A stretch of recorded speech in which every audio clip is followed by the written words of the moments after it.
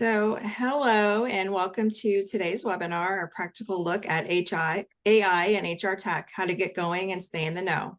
My name is Jessica Oberto, Director of Recruitment Engineering at People Science. If you're new to People Science, we provide talent acquisition advisory services and recruitment process partnering supported by our proprietary software HireGate, which enhances any ATS by delivering recruitment data and AI-driven insights that organizations often miss. If you'd like to learn more, you can visit our website at people-science.com. And please don't hesitate to reach out to us after the webinar today with any questions or even to schedule a complimentary strategy session. You'll notice that these webinars are more conversational between our panel of guests. So if at any point you'd like to include something or ask a question, please feel free to use the Q&A box at the bottom of your Zoom screen, and we'll do our best to make sure that we get back to you. And now we'll move on to introduce our speakers for today. So we'd like to introduce Christine Nicholas. Christine is the founder and CEO of People Science and HireGate, a firm specializing in recruitment process partnering and talent acquisition consulting. Since 1997, Christine has led innovations in hiring strategies, creating the recruiting continuum methodology, and launching HireGate. Recognized as a thought leader, Christine brings decades of expertise in helping organizations solve their toughest hiring challenges. And we have our special guest today, Troy Avery. Troy is the Senior Director of HR at Forest Home, where he also oversees the Ojai Valley site and serves as the Board of Lucent Insurance Captive. Troy is a former U.S. Navy chaplain. He has supported teams and communities across the globe before transitioning into HR leadership. At Forest Home, he's led a major HR transformation during the pandemic and now applies his passion for innovation to AI and automation, using low and no-code tools to streamline operations. And Troy will give us some more insight into that today, but welcome, Troy. Happy to have you. Thank you very much for the warm introduction. Very glad to be with you. Great. And last but not least, we have Lindsay Roundtree. Lindsay is our Director of Recruiting and Client Services at People Science. She partners directly with clients to ensure our engagements deliver results while leading recruiting teams and integrating the latest HR technology. Lindsay also provides data-driven insights and market metrics that help organizations improve hiring outcomes and achieve measurable business impact. Thanks for joining us, Lindsay. Thanks, Jessica. And Christine, I will hand it over to you. Well, good morning. And thank you, Jess. Thank you, everybody, for joining. Good morning to the West Coast. Good morning to the middle of the country. And good afternoon. Hope you're having good lunch here on the East Coast where it's raining, in case anybody's curious, which is not such a bad thing because we've been dry for a while here. Well, there is so many things going on. And before we start to talk about those, I think Jess talked a little bit about how we like to keep this conversational. If you've got comments, you want to say something, we're willing to hear. We want to hear what you have to say. I'm very excited about Troy being here. I don't want to give away the story yet because we have some things to talk about first, but I met Troy at the SHRM AI HI conference. And the way that I met him is that he stood up with some questions for some people that are really in the know and said, I have just used AI to streamline all the processes of my job, and I haven't shared this with my boss yet. And I think the whole room was kind of blown away, right? Because we're all HR practitioners and like, he did what? As an in-the-seat HR generalist leader, Troy managed to take his own job fully into AI. So how did he do it? What are the results? How did this happen? I think is really an exciting story to hear about. And also a really practical, as we're talking about the practicality of AI, of looking at what are the options that you have as far as AI and where do you start. I'm equally happy to have Lindsay, our director of all things recruiting here at People Science, because she can speak to the AI portion of our own technology and the difference that that's made and how it operates. She can also tell you the wins and the pitfalls that we faced on that. She'll also tell you about the tools that we use to augment our own software and where we're going with that. So we've been ahead of AI for some time, but there's been a lot of changes, and hey, it's really very popular right now. So as we get started, go ahead, Jess. So it wouldn't be a People Science webinar if we didn't first start with this controversial Bureau of Labor Statistics numbers that we've been looking at since COVID, actually, So in our world, Jess and I look at these numbers all the time, and in our world, this is like so much excitement for us right now, right? Trying to figure out really what's happening. I said to the gang earlier, the Bureau of Labor Statistic is like the most popular place right now for those of us in human resources because of all the changes that are going on. So looking at all the numbers, and I know you're hearing a lot of things, I will tell you that we work diligently here to be unbiased and try not to take up any type of a stance and look at the numbers agnostically. I think we do a pretty good job at that. But I also wanted to pull numbers this month that don't go too far into the weeds. So I think the main number for us right now is that there's 7.2 million unemployed people in July 2025 and 7.2 million job openings. That's what we would consider full employment. The number for full employment, according to the Fed and the Bureau of Labor Statistics, that number is actually 6%, which we're at 4.2%. But from a recruiting standpoint or from a talent perspective, this is saying across the country, we've got one candidate for every job. Now, there's a lot in that number that is a much bigger story. It doesn't matter, right? Because if you're trying to find AI developers, there's no one-to-one match there. And my challenge with the Bureau of Labor Statistics and at the way we look at employment is that employment has changed and way progressed past the numbers that we use to figure it out. So I'm hoping that with the transitions that are going on, that we'll start to see some new numbers reflecting the giant talent gap that we have, so that those of us in HR don't always have to do such a deep dive into investigations. Okay. The yield ratio of unemployment of 1-to-1, the last time that we saw this, contrary to what people are saying, according to the stats, was last September, right? So this number is a good indicator when it's really far off. So for example, in the pandemic, I think we saw like 15 people on unemployment versus every job that's out there. I mean, that's a significant number to say we've got some big challenges here. When you get to the 1-to-1, and as it's trended just pre-COVID for 3 years before, and then post-COVID, is that it's always hovering between like 7 and 9 and 8.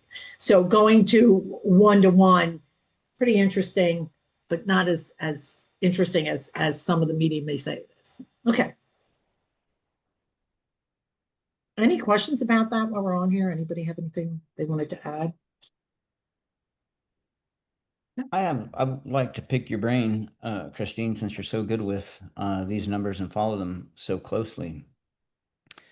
Do you see any connection between this picture of full employment that we're looking at and any of the impact to the new administration's approach with immigration?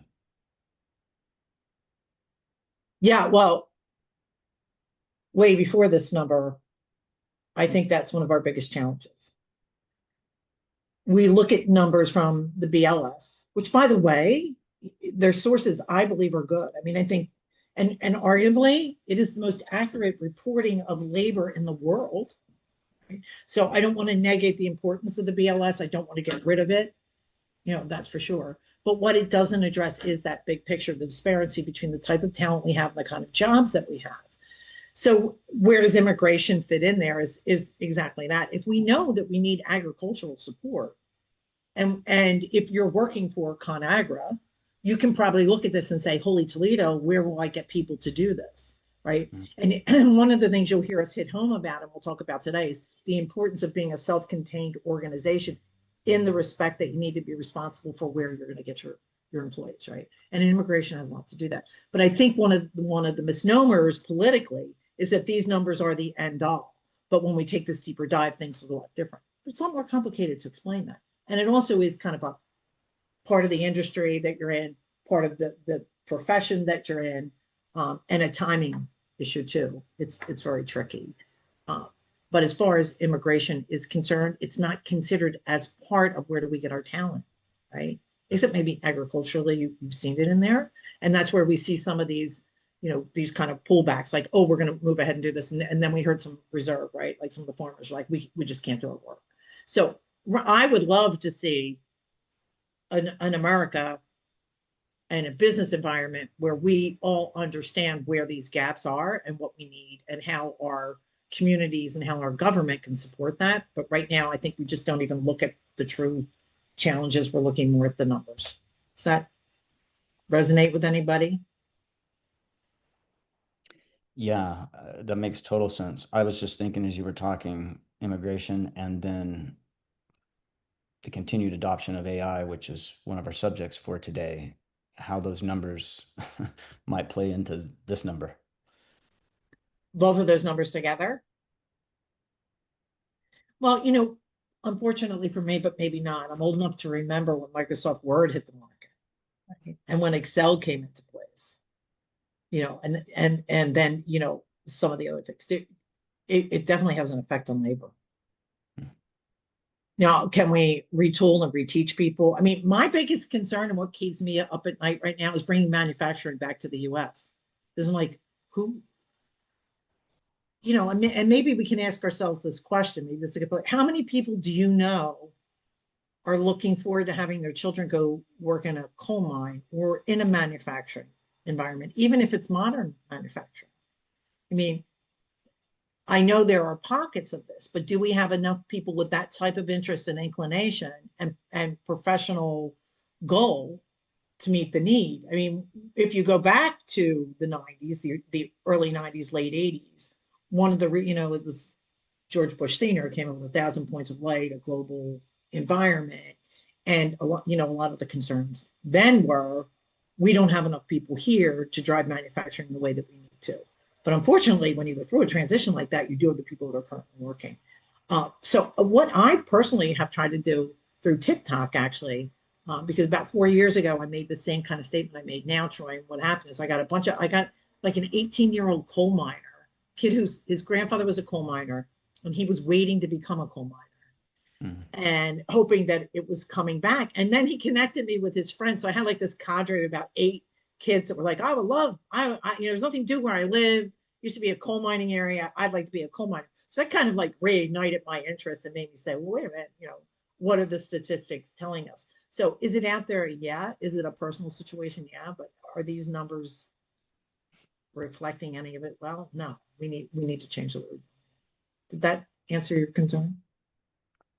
It did. I do suspect that with the development of AI and the speed at which technology, just the rate of change that it's bringing, that modern manufacturing will probably require a much lower headcount than what manufacturing used to be. And since we're starting this emphasis on attempting to build out manufacturing again in the United States, we're rebuilding manufacturing at a time where you can, from the ground up, design things with AI and automation and robotics and things to the point where I think we probably can bring manufacturing back in a substantive way, but I think it's just going to look very, very different than it did before and require much less labor than it did before, if I had to guess. Well, and I think the other thing is the challenge on the timelines. How long will it take Apple to build factories in the US, find the right skill level, get them up and running? And what are the changes that'll take place prior to, right? So it's also a timing issue. And employment itself is so dependent on timing, right? So you've got to have it in the right area. You've got to have the right kind of people coming out of school or with the same kind of talent set coming in. A lot of variables in here. So when I hear things like next year all manufacturing is going to be here in the US, I'm like, really? Because I don't know how. I don't understand at all, having worked with so many different kinds of organizations and particularly production, how we can build these factories and populate them with employees fast enough that are retooled with modern production to do this. I don't see it happening in a short window. I think that's a 10-year plan, at least an 8-year plan, just to get people trained and get everything in full suite. It's not like we just build these factories and it happens. And I think how much of that is rhetoric to get us there and how much will it help get us there as compared to the reality of it actually happening. Makes sense. Yeah, just take us to the next number. So our last employment statistic, are we getting there? It's not, I'm not seeing it change here, Jess. Yeah. Monthly employment amount changes. Yeah, no, not seeing it. Yeah, it's still static on the last slide. Let me go back in. But Jess is going to pull up the slide that demonstrates the numbers that were quite controversial and the question that came in, which actually caused President Trump to fire the head of the Bureau of Labor Statistics. And that has really monthly employment amounts and changes. There's several different reporting tools that we look at that we talk about every month. This month, we're only going to talk about this because there's so much on the docket. But I will tell you that we did get the most recent reports that fit into this. So we had 2 months there, right? So we had May and June where we had our corrections come in. One of the biggest reasons this is controversial is because there was such a dip in reporting numbers. And I think the first thing to understand about that is that numbers are preliminary. So for example, the August numbers came out and they're at 22 million as far as additional people working according to payrolls, right? But that number always has a P in front of it because it's preliminary, because the way these numbers are reported are quite dependent on the organizations, right? So when you poll an organization, and by the way, they're not regulated. Companies don't have to, they're not mandated to report this data. So when they do report it, they give you the first month out, and the BLS considers the first month to be preliminary. Then the second month, they'll go in and make yet another revision. And then on the third month, so when we look at this, there we go. So when we look at this stat now, what we're seeing is if you go over to the fifth month, which is May, that number, and June, those numbers, Jess, can you hit that again? So I got a circle in there. No, just hit there we go. Okay. So if you see that minus 13, I'm a little concerned about that because that was a plus 13 until yesterday afternoon. So that kind of is under the wire. So is that a typo? Or are we 13,000 ahead, or are we 13 million behind? What is the deal, right? We don't know that because the number is now showing on the BLS still as of like an hour ago at minus 13 when it was at plus 13. So we're concerned about that, right? But the numbers that were in question were May and June because they were adjusted to the reality of what they were, and they came down considerably. So now we're looking at the month of July, and we're saying it's 73. So at the 73 number, you can see it's marked preliminary. So as the BLS moves into the month of August and then September, by our reporting next month, July will show the corrected and official number. It'll be very interesting to see what that number is now, because all the attention came when we adjusted May and June. Let's see what happens with the month of July. And then the month of August is showing up at 22, which to me seems a lot more realistic.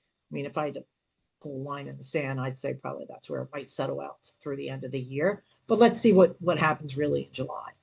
I've had a lot of questions from people, but how could they be so skewed? I think we have to look at the times, and I can tell you, working with a myriad of different companies and human resource people in our organization, what we're hearing is, about that time is when we were like, we don't know if we can hire.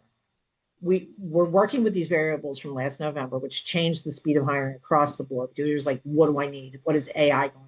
Because that's when AI really was hitting, in actually 22, really hitting the docket. So there's a lot of deer in the headlights, a lot of freezing there. What's going to happen?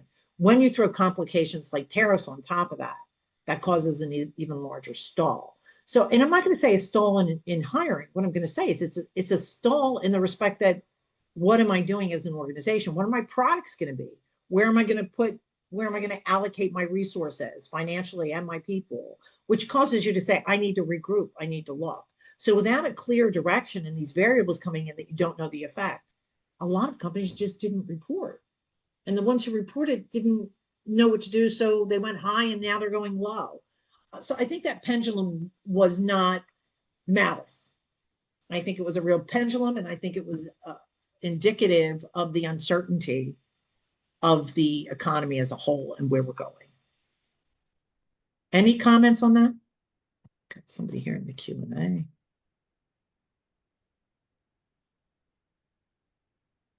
This is a webinar on AI. We just, this is how we start our webinars. We talk about current facts for the talent profession. Okay. Jess? So we'll go ahead and address return to work, and then we'll talk about diversity, and then we'll launch into the rest of our program. Will be all about AI. So hang in there with us for a second. Okay. On the RTO side, I know we've got a lot of questions this month about this. September seems to be the big month, but as of now, 27% of companies will have a full return to work in place by the end of 2025. So that's 27%. Here's the caveat to that, though. 67% of the companies will offer some level of flexibility. So not using the term hybrid, but most of them that are going back are also going to be adding some kind of flexibility. 6% of businesses will be fully remote through the end of 2025, and 67% of those have fewer than 500 employees. So smaller companies are obviously taking more steps towards being remote. 59% of companies with fully remote in-office policies said they'll allow some type of hybrid. That's indicative of the earlier number. And 20% of those companies said that they'll pay hybrid employees less than their in-office coworkers. So that was pretty interesting. 20% admitting to it. It's probably a little bit larger. And our sources for resume templates and flex index. Yeah, Jess. So on to diversity and inclusion. I think one of the most astounding things for me is reading article after article depicting that diversity and inclusion is pretty much off the grid completely from the current administration. Right? So there's even executive orders that play against it. In 2025, there's been a significant rollback in diversity. We've seen that. I think this is a good time too for us, and we wanted to throw this out there. We know that you guys like polls. Our question is my organization, I'm going to put this up so you can answer this. Remember that these are all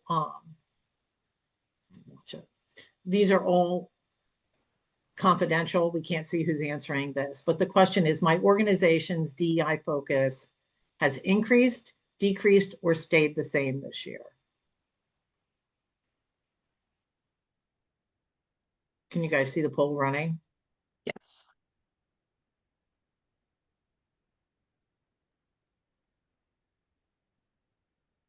Okay, give you like 30 more seconds to answer. My organization's DEI focus has increased, decreased, or stayed the same. Interesting. Many people have stayed the same. Good to hear that. Thank you, everybody. Increase was 8%, decrease was 8%.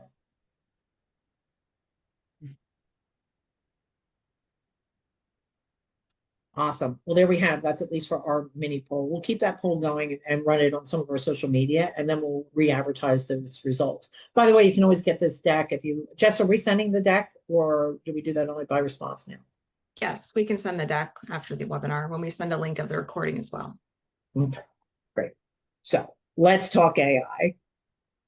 These are the 10 most popular AI tools as of September 1 of this year. And this kind of blew me away. I think, again, AI is in the formation roles, but we're going to look at 2 more slides about AI before we have Troy tell us his story and Lindsay talk about our findings here at People Science. I had no idea Canva would be at the top of this, right? But this is indicative of the fact that AI has been in place for a long time. And of course, media users and marketing have been using it longer than most of the people in industry. ChatGPT is number 2, Phantom, Gemini, GitHub Copilot, Grammarly. I mean, I wasn't even thinking in terms of Grammarly as AI anymore, right? We're all just kind of used to it. Murph AI, I've never heard of. Notion, I think we all heard a little bit about.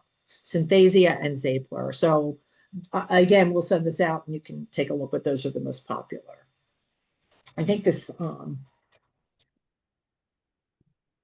I was personally most curious as we've been using AI more and more in our daily activities here at People Sciences. Where's this data coming from? And I think the assumption most people make is it's coming from the internet, and it is, but what sources on the internet? And when you hear that, I think we kind of default to Google, most of us. Well, here's the reality. The number 1 place where AI gets its facts, 40%, is Reddit. And Troy had brought this up. I know we mentioned this in the TikTok, but what's the average age demographic, Troy, for Reddit? 65% of its users are 18 to 34, and its fastest growing demographic is 14 to 34. So the fastest growing part of it is the youngest part of it. So 40% of the AI data that we're getting coming from Reddit is predominantly youth. And what is 60% male? Did we say it's 60% male? 65%. 65% male, and 60% of the comments on Reddit come from males. 39% of Reddit, and this is by Reddit stats, by the way, are women, and 60% of their upvotes come from women.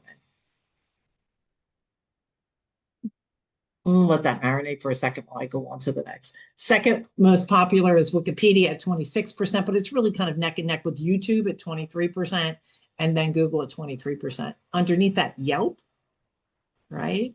Then Facebook at 20%, Amazon at 18.7%, TripAdvisor, and so on and so forth. Well, this will be included. By the way, we published this last month too, so you're welcome to take a look at that on the People Science channel. All right, Jess. So which industries are using it the most? Technology, 88%. Professional services, 80%. Advanced industries, 79%. Media and telecom, 79%. Consumer products, 68%. Financial services, 65%. Healthcare, pharma, medical products, 63%. Energy and materials, 59%. So naturally, I'm not surprised with those top two. I think what's going to be interesting is to look at this every quarter. So we've made a commitment to dig on this and see what we can find every quarter to see which industries are adopting and at what rate. But if you're in any one of these professions, I hope that this helps give you an idea of what's going on in your own industry. And with that, I'm going to throw it over to Troy to tell us his story, and then we'll follow up with Lindsay. Yeah, so as you mentioned, Christine, we met at the AI and HR conference for SHRM in San Francisco, and it was a great conference. Somewhere toward the end of the conference, panelists were taking questions, and I just shared a little bit of why I was there, which was because about 2 months earlier, out of sheer curiosity I follow the markets a little bit, and just looking at the huge sums that were being invested in AI, I had a hard time believing they were going to be able to get a return on that investment. And so that led me to go, I want to go learn to play with this stuff myself. I'm a fairly curious person. And there is a website called School, but they spell it wrong. It's SKOOL. And basically, anyone can claim to teach anything there. But because AI and automation is so new, a lot of the people who are experts in that field are showing up there to offer their courses and their skills. So I went there and found a guy who felt like I could learn from. He spoke real slow, British guy, good accent, enjoyable to listen to. And there was a 2-hour course on automation. It wasn't even AI as much as it was learning to automate tasks that you do every day. And so this 2-hour course ended up being about 10 to 12 hours of working through it, because you have to stop and follow the examples and set up the accounts and all the stuff that's involved with, creating an environment to practice automation. And about halfway through the course, I realized I had enough information, or thought I did, to start testing some of this stuff out of my own work. And the first part is you map a workflow, and then you go into this automating environment. And I won't get too technical, but they're just called nodes that represent each stop along the way of a path of a workflow. And each one of those nodes represent a software platform that you would go into, whether it be Airtable or Smartsheet or some other tool. And you just literally map out what the workflow is. And there's a little, it's getting a little bit too complicated, but AI knows we create some custom instructions that would tell it to do the things that you would actually do when you go into those nodes. Anyways, mapped it out and then tested it. And to my great surprise, it all worked. And I just stood back and was like, oh my gosh, I'm beginning to see how we might get some returns on this huge AI investment that is taking place. And then I started. What did that look like? Like, what was it that you automated? Can you tell us that? Sure. The first thing I automated, and so AI and automation, in my mind, are best talked about separately, and then you can combine them later when you talk about full-fledged generative AI agents, because those are basically a combination of the two. But there was a training platform that our organization, and we have about 500 people, was struggling. We were struggling with our providing video trainings for people who'd missed in-person trainings, as well as our onboarding trainings, just a selection training. And then you had department trainings. And our record keeping was scattered all across the organization in different types of software with different levels of excellence. Some were done really well, some were just not. And my boss was saying, hey, we need to standardize this whole thing and make it so the quality is consistent across the board, no matter what training we're offering, no matter what department. Up to that point, I had been responsible for compliance with HR, making sure all of our compliance trainings are complete and all our record keeping is good. And he said, Troy, since you're already doing this with compliance and onboarding, I want you to do it for the whole organization. And I pushed back and said, why would that be my job to do building and grounds training, ladder training or fire safety or whatever? That has nothing to do with HR. I don't have the time or the bandwidth to do all this. And he said, well, it is what it is. I want you to figure out how to do it.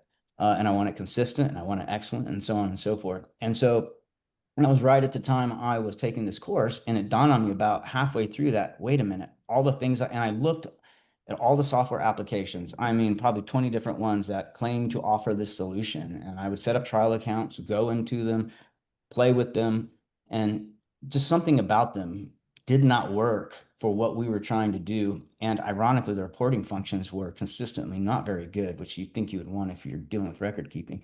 But I had in my mind what I wanted. I just wasn't finding in the marketplace anything that solved that problem. And then about halfway through this course, it dawned on me, I think I have enough information to set up the system I actually want using these skills. And that was the first big test where I built out a training system in which you can store and house all of your trainings. And there's a consistent process, so quality is good. But the big part about it was, who wants to manage all that all the time? It'd be a major time suck. And so I realized with automation, all the things that would require me normally manually doing something, I could just automate. And so I set this system up and introduced it little by little to different parts of the organization and ended up building out the whole system. And now it's working beautifully. But the best part about the whole thing is once I integrate a training from one of our departments into it, I never have to touch it again because everything's automated. And so it's not a time suck. It frees up tons of time.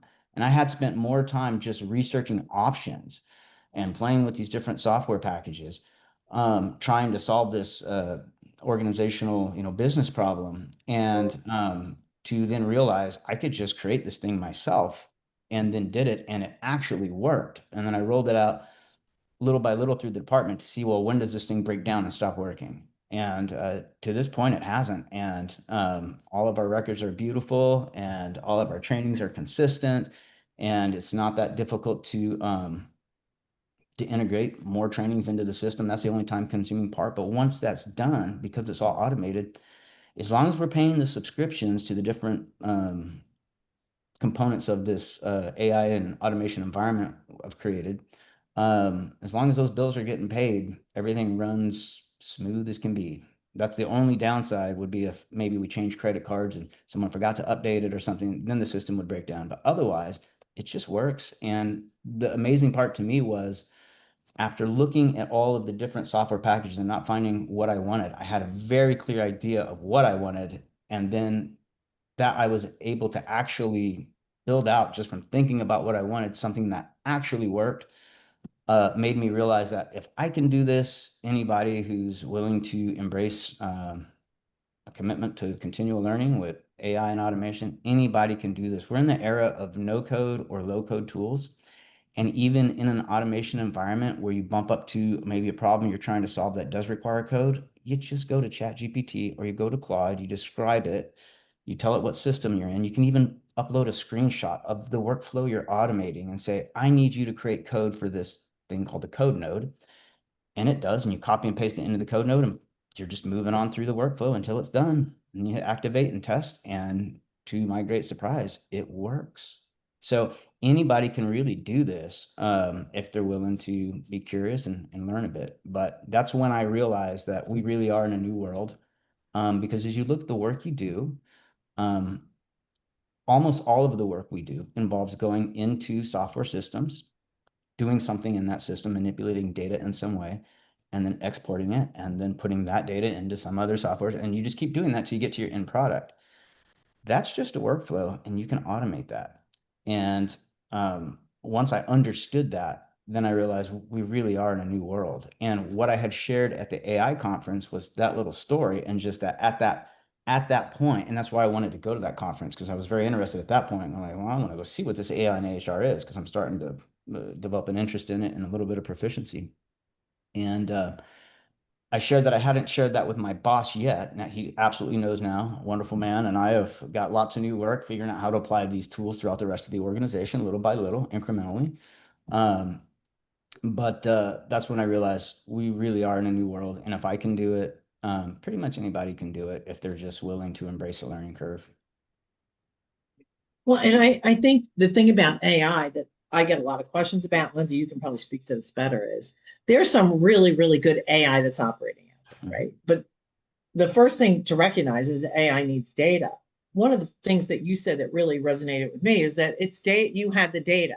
So you had the data and you knew what you needed to do. And because you had the data, it was easier to use the technology. I think this is the first point in history where technology is kind of like subservient to the data, right? Data is king. In this case, a lot of cases, Reddit, right? So, but once you have that data, then you say, is there a tool that can do exactly what I wanted to do? Some of the buys that I've seen happen this year are for tools that can resolve this much of the problem, but have even created more problems because the tool itself isn't ready yet, or the tool can solve one tiny problem, but then it unravels others. So, and at the same time, and Lindsay will talk about this, there are certainly spaces where that tool is what you need. You don't need to recreate it. It's that good. Plug it in, let it run, and it works. So I think the thing about AI is looking at the whole picture. One of the greatest things that I'm learning from Troy is you can do this yourself if you're not finding the tool that you need. And another big lesson learned today from you is that, and I guess we knew this, but when you're looking at these is when it's helping you formulate what is it that I really need, right? Absolutely. So how many suppliers, Lindsay, do you have to talk to when you're trying to solve for an issue and saying, will AI help to come up with that solution? Too many. Before making a decision on the recruiter bot that we've recently implemented into things, I spoke to 12 different organizations and made the decision to go with the company that we chose because of the customization options that we had, because of the unconscious bias programming that was put into the system, because in our world that's so big. And so where it was 12 different vendors I had to talk to for that one, our technology HireGate, we implemented AI into that side of the product probably 24 months ago, almost 2 years ago now. And I think it's a really good reminder for all of us that artificial intelligence, this AI piece, is still new. And if you don't come to the table with the data, you have to be patient and realize it takes time to learn, just like any human would. And a prime example, we have a resume parsing feature inside our system that allows us to drop and drag in a resume. One of the complaints I was hearing from our recruiters is that the system felt very manual, right? And so back to the automation piece, how do we automate those pieces that feel so manual? Part of that was plugging in the AI to in turn extract the data from a candidate profile, CV, resume, and fill in the gaps, create the profile, pull out the key skills, things like that. And because I demo that product all the time, I use about the same 4 or 5 candidates pretty often. And the pool from 2 years ago to today on the exact same candidate is so much better because we've used the product, tested the product, broken the product, put it back together. And now the AI is so much more intelligent 2 years in than it was 2 years ago. And I think that's something that we all kind of forget at times, right? That the AI is still learning and you can break it, you can fix it, and you can make it better. Thankfully, we have our own developers to help and assist us with that throughout the process. But the evolution of it, even in just the last 2 years, utilizing our own product and really just implementing it over and over and over again, the improvements are night and day. It was good to begin with. It's really great now because it's had time to learn. Yeah, so there are different kinds of AI, right? Mm-hmm. So I know we mentioned an agent. So an agent in my mind is an AI that's taking over a specific part of a job or the actual job, and they're executing, and there's a time and a place for that, right? And then there's the specific tools for like a resume catcher that goes out there and looks for a specific kind of resumes, right? This is just one example. And then there's, some automation within your HRIS that, announces your benefits or collects the benefit data. And then you've got your chatbots. And then, to Lindsay's point, we have our own internal developers. So we have our own AI tools that we use to create things. And then we've got AI that we can use that we can buy, like an agent or something, and use our tool to educate it. The thing is, when you're making these decisions, to go ahead and say, what is my workflow? Investigate as you're going along, and then say, I have a lot of options. I don't have to go with this product. I think, when you're talking to a vendor, they're like, this is why you need our product. And sometimes we think that's the only product that we can get. Somebody is asking, what tool is that? I'm not sure. If you want to let me know. I think, Lindsay, is maybe Amber. can you explain a little bit more about what HireGate is and what it does? Sure. So HireGate, People Science created HireGate because in our RPO model, the applicant tracking system just does not track what happens before someone becomes an applicant, right? So all of those candidates, all of those folks that we are actively pursuing on the job boards, on social, LinkedIn, all of those, there's a lot of activity that happens prior to someone applying to a position. And that's really what HireGate does. It sits in front of your ATS and it tracks all of that activity that your recruiters are doing. And it really helps you cultivate the relationships with your pipelines. So it's a recruiter, candidate, and sourcer tracking mechanism, sits in front of your ATS, collects the data. What our recruiters were finding felt manual was that I've extracted the candidate from LinkedIn, Indeed, wherever, and I have to manually move them into the HireGate system. And listen, we've been working on this system for 12 years. And so we know that we knew there were areas we needed to bring up to the times. And Christine really challenged myself and the rest of that team and said, where can you automate? How can you do this? So we did.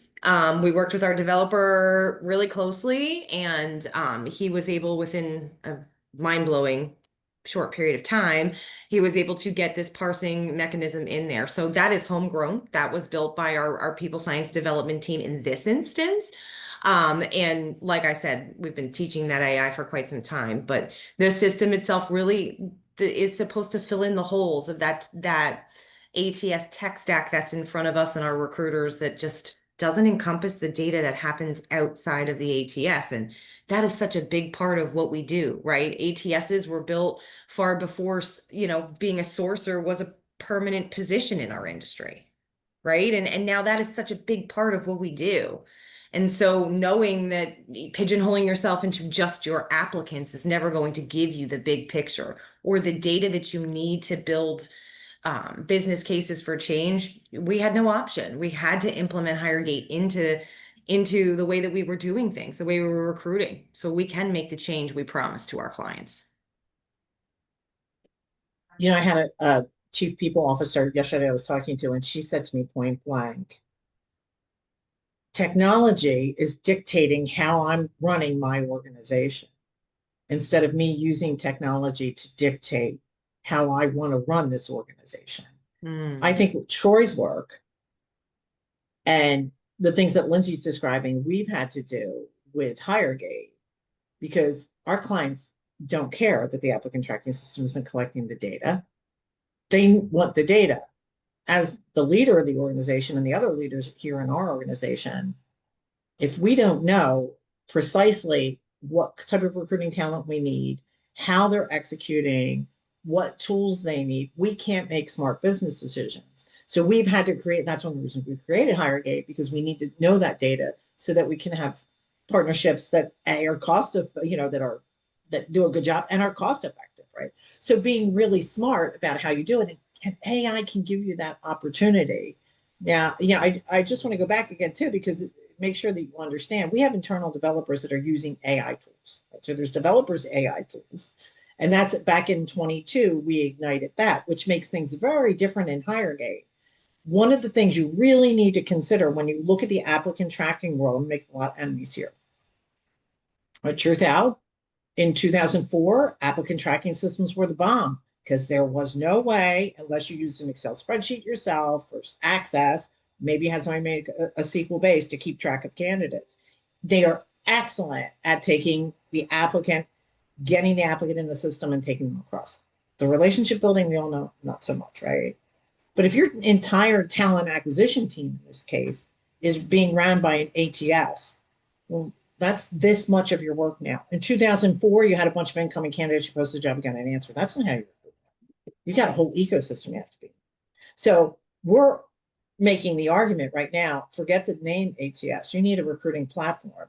Now, how much of that platform can you buy? How much does it make sense that you build? But first and foremost, what's your workflow, right, Troy? What kind of work, how do you want this to go? What do you want this to do? So this is really very, very empowering.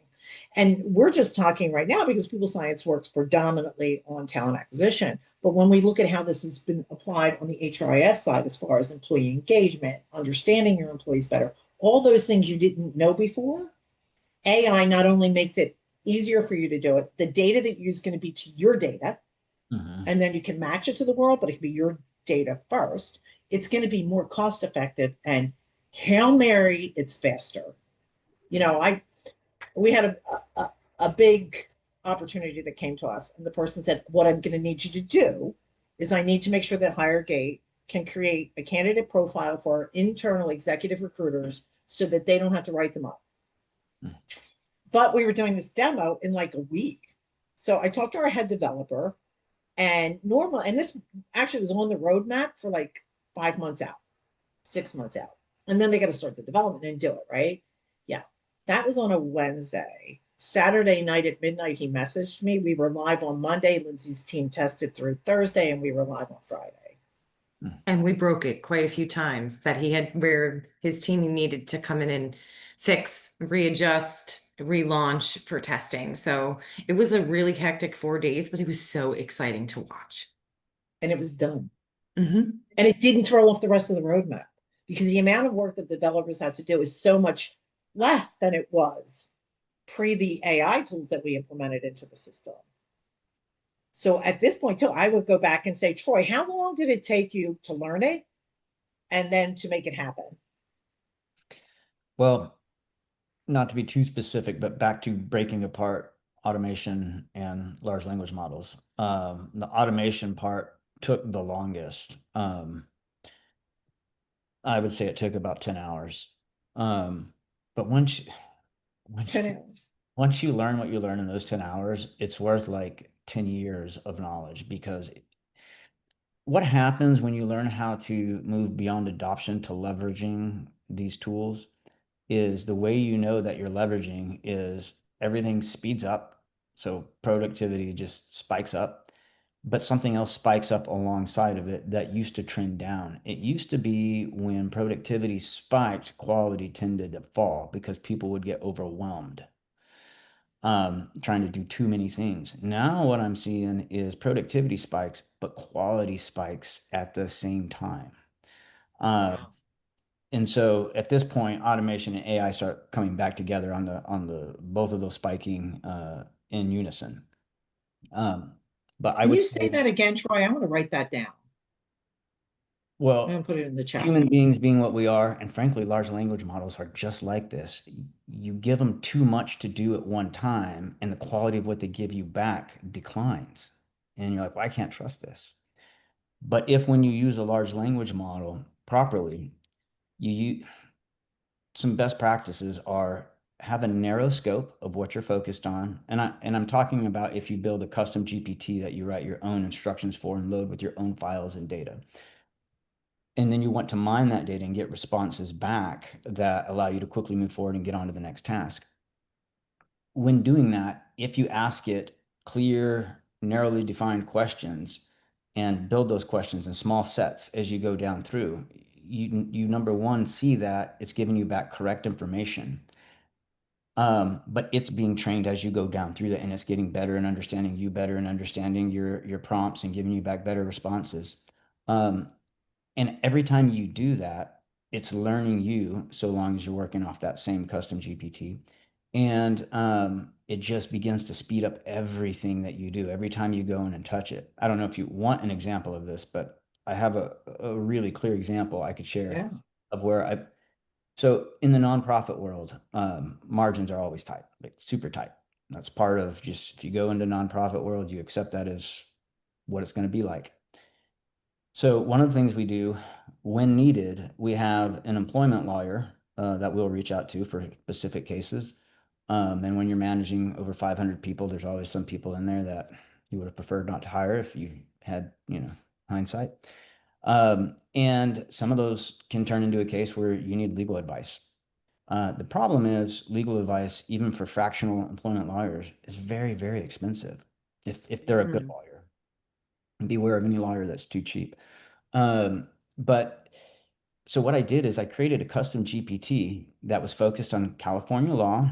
It was an employment lawyer. It understood all the ins and outs of 501c3s and the BOQs for faith-based organizations like ours and so on and so forth. I created a really good set of instructions for it.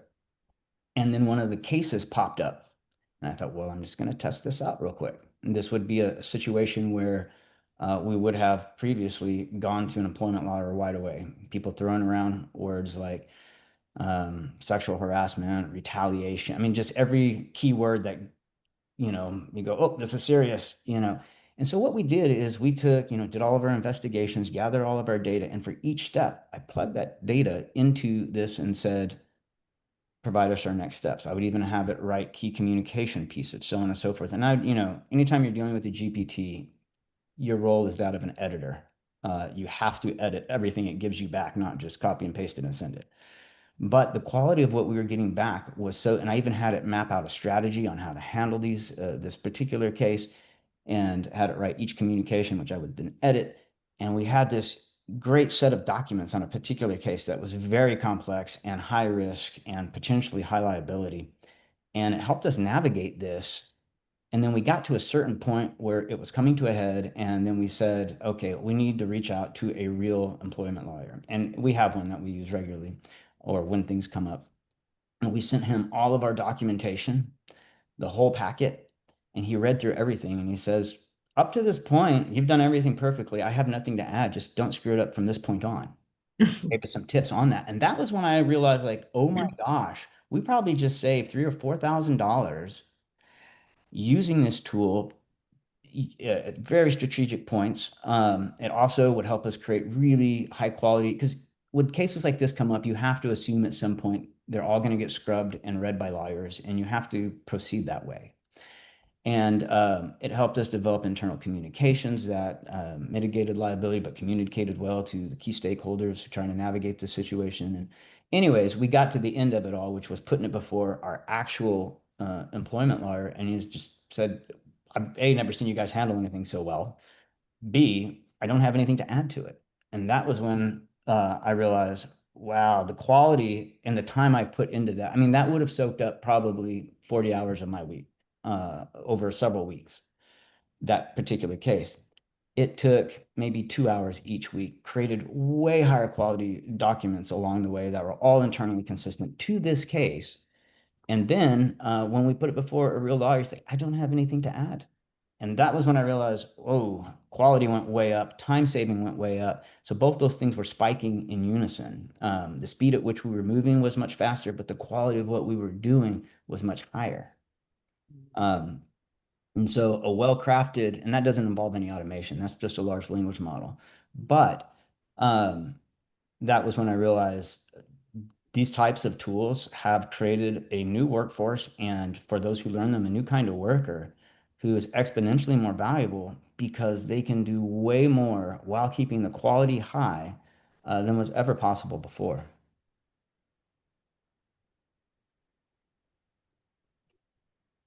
Hey, Troy, somebody's asking, and I did put it in the chat. The tool that you used was School, SKOOL, right? So that's not a tool, that's an educational platform. If you go to school, SKOOL, Mhm.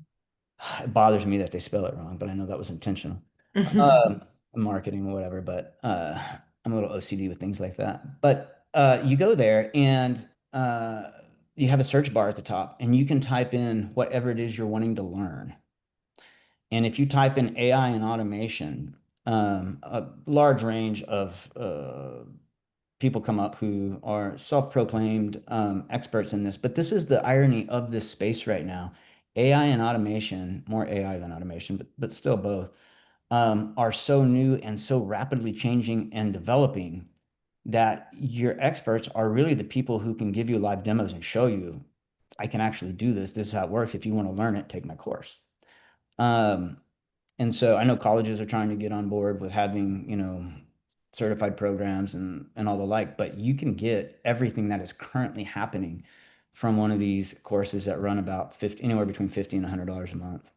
And the one I used, if you like listening to really calm people with British accents, if you have to sit and listen for long periods of time, it was called Scrapes.ai. And I don't know why the guy's name is not Scrapes, but that's what it is if you're inside school. It's the one I used initially and just went through his whole course. But that will teach you everything you need to know if you can just bear through 10, 20 hours of working through the courses. But what you get on the other end of that is exponentially valuable. Like it will change the way you approach work. Instead of being given a task and then just trying to do it, you're going to say, hey, is there a place to just automate this so I never have to do it again?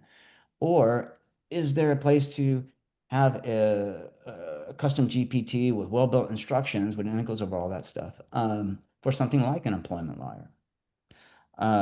So totally worth the investment. Instead What of was the watching what was Netflix the at night, URL for Scrape? jump up. Say again. What was the URL for? Is it Scrape? So SCRAP? you would, yeah, Scrapes with an S dot AI is his handle within the school community. Because if you were to type in AI and automation inside the school community, a large range of options present themselves. That was just the one I went with, and only because as I listened to different people, some spoke too fast, some you could tell had way too much coffee before they recorded it or whatever. He was just nice and calm, and I enjoy accents generally speaking, and so I went with him. But he did a great job, and I think you're really picking the personality you want to learn from once you're within the school platform. Because I have gone into other ones and other courses that were on there, but they all teach basically exactly the same thing. It's just dealing with the personality. You can only handle so much of someone's personality when you're sitting there, following every little step. Troy, would you say you're a highly technical person to begin with, or what would you say someone's level should be to attempt this? Because we're in the no code, low code era. When I say low code, I mean you just go to a GPT and have it create the code. You don't need any technical expertise. You just have to have a love for learning and be a curious person and jump in and do it. To me, the biggest shock of this whole period in that AI and HR conference was that when I made my comment about why I was there and what I had learned and kind of where I was in my own automation and AI journey, one of the key people who's like a data scientist, I forget his name, really nice person, but said, I want to talk to you afterward. And I said, sure. And so the thing ended. He came down and like a crowd formed around us and he started asking me questions. Well, tell me about this and tell me about that. And I just repeated all the stuff I had just learned. And he actually said, I may want to hire you. I need to speak with my boss about this. And that was when I was like, how is this actually possible? I've only been messing with this stuff for about 2 months, put in maybe 10 to 15 hours working through this.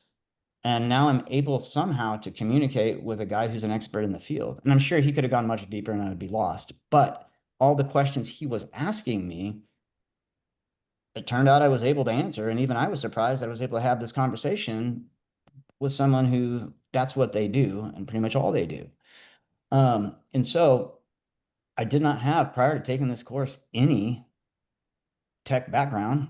I'm not afraid of computers. I don't, and I play with software a lot, as one does in HR, and also just business management. And so I'm not afraid of learning new software tools and the like. It's no big deal. But I don't have any background in it, and I don't think I have any great proficiency that is beyond any other human who's just curious and willing to learn. Can I just say one last thing on this? So after this event, and Christine was there, and that when she came up to me and said, I want to talk to you later, and handed me a card. And, okay. And that's why we're still talking today. But what stands out to me is what we're taught in business school called the J curve. And it literally just looks like the letter J. The left side's lower than the right side, like the letter J looks. And what it basically is, slow down to speed up. That's the whole point. You're going to slow down. You're going to go down the curve. Things may look like they're getting worse before they get better. But when you come through that curve and you start going up the other side, you're going to have tools you didn't have before that allow you to be way more competitive and just way more competent and add way more value to whatever organization you work with if you're just willing to embrace a learning journey. And we talk in HR all the time about the importance of continual learning and so on and so forth. The reality is most people don't do it. They talk about it, but they don't actually do it. If you will do it with these tools, you will never, ever regret it, because you will turn into a new kind of employee that is emerging in the modern workforce that knows how to use these tools. And imagine a workforce filled at every level with people who can use these tools intelligently. Combine that perhaps with leadership that understands how to develop a tech stack strategy so they streamline these tools and the use of them from top to bottom in the organization.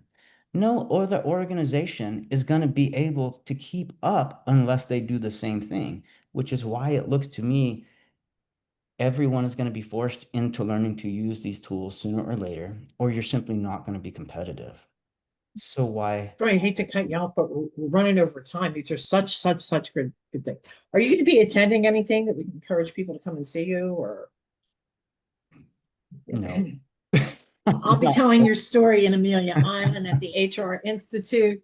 We'll be in Monterey for SHRM, I Northern may be coming to NorCal that. SHRM. Are you coming to that? Since it's in my state and not that far away. Awesome. So I'll see you there.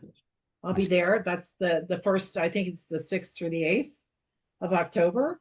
Then we've got Amelia Island, the 18th through the 22nd, where we're actually hosting at the Ritz-Carlton. If you are a senior HR person and you'd like an invitation, they are gratis. There's no charge for them. You just have to pick up your travel. But you need to reach out to Jess, who's managing the event for us. Lindsay's emceeing.